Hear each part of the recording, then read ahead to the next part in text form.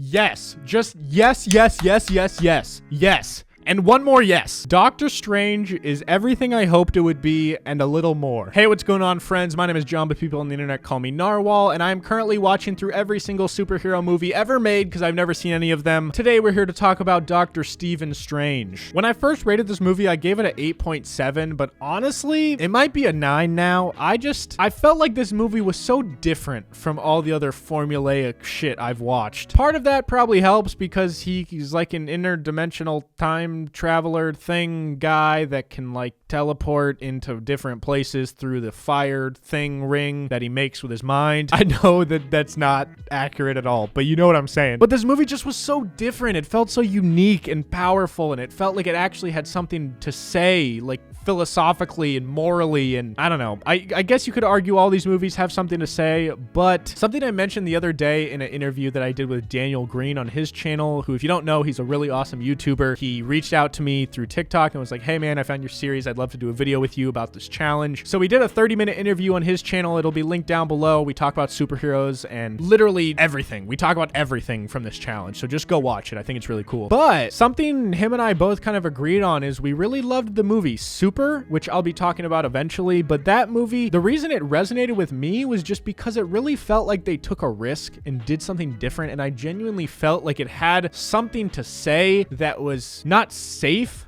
You know, like so many of these movies just feel like a corporate product that has a message, but the message must be broad enough to appeal to every single demographic. Obviously, I'm oversimplifying when I say that they just have one message, but you know what I mean when I say that. Usually it's like, oh, we must fight for what's right. And then the other view is like, well, what is right? And then that's kind of the thing with Captain America Civil War. And then it's like, oh, they're coming to our planet. We need to work together. Or there's a lot of movies where it's like the main theme is like, what does it mean to be a family? Each of these movies have like a singular general theme, and obviously there's other things that tie into that theme in different ways, but to me, Doctor Strange felt like it had the most to say out of the MCU thus far. There's a quote from the movie that I wrote down that I just really loved, and it's so simple, but it says, there's other things that can give your life meaning. And I really do feel like that at its core is a really powerful theme, and maybe to other people it might not be as profound as it was to me, but that just really hit home. And I think that, you know, someone like Doctor Strange or Stephen Strange, who is this well-respected surgeon, he was one of the best in the world, and he knew it, and he had a big ego. He was so wrapped up in this, and as soon as that one thing was ripped away from him, he really had no clue who or what he was, and he had to go refine that. And I felt that way many times, where I don't know who I am anymore or what the fuck I'm doing with my life. It's like you think you have that one thing, and then one day you either can't do that thing anymore, or you grow up and you find something else you love, or you just fall out of love with that thing. I don't know. I thought it was really powerful that it took Doctor Strange, I mean, literally the entire movie, and probably even longer than the entire movie, to really realize, like, who are you and who are you to other people? And along with that, there's the theme of surrendering your ego. And that's a big, major part of this movie, is that in order for him to get better at his whatever the fuck this thing is, I don't know is it magic? Like, is that too basic of a term? I feel like if I were to say magic, all the diehard comic fans are like, oh, bro, technically it's not magic, it's telekinesis. Actually, it's definitely not telekinesis. I don't know what the term is, but if I remember correctly, a large part of what he had to improve in order to get better at his magic was to get rid of his ego. And there's a lot of people, myself included, who walk through life and have no idea that their ego is just massive. Like, there's times where I sit back and I'm like, what the fuck am I even doing this for? Like, why am I posting this thing? Why did I just say this one thing that was so unnecessary, except for the fact that it feeds my ego? I don't know. I really love what this movie had to say. Anyway, with the themes aside, I just thought this movie was great. Right off the bat, it gave me a ton of Inception vibes. I thought the fight scene with the Ancient One, Tilda Swinton, is that her name? I think she's called the Ancient One. And there was just this super epic battle on the moving buildings that are defying gravity, and she's hopping from building to building. I was also a little like, when I watched this, and it made it way cooler. I can't even imagine how cool it would have been to see that in like IMAX or 3D or something. I don't even know if it was in 3D. Fun fact, I went to one 3D movie in my life, and it was Transformers, which I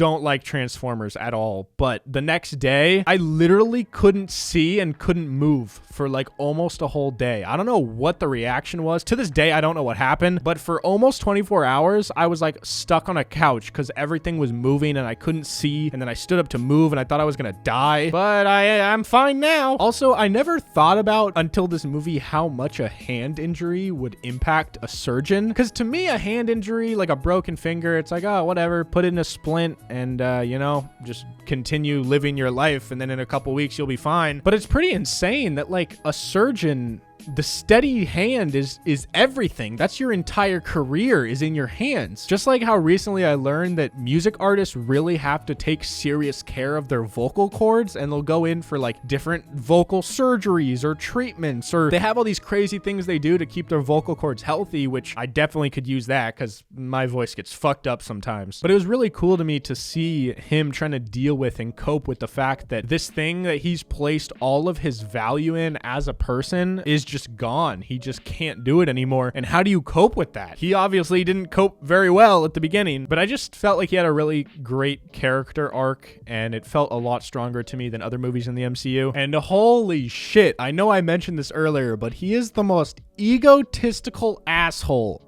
ever. Like, he is just the worst. There's been times in this franchise when I thought Tony was an egotistical piece of shit, but I don't know. Doctor Strange, when he first got his injury, that might be taking the cake there. Taking the cake? Is that a term? Don't really know if that's the term, but it sounds like it's a term. Another thing I wrote down that I don't believe is a direct quote, but it's the general idea of something that was said. It wasn't his desire to be great that made him successful. It was his fear of failure, and as a result, he'll never be as great as he could be. And I thought that was really powerful because I never thought of it that way. A lot of people who get really good at something, they're doing it because they're horrified. They're terrified of what it would mean if they failed, and they want to avoid that feeling of failure, either because they've been there in the past and it was a horrible feeling, or because someone has instilled in them that they have to be successful, that when they reach success, it's a totally different type of success than when you do something out of pure love and passion for it and then you reach success. Because I honestly have had glimpses of both in my life. By no means have I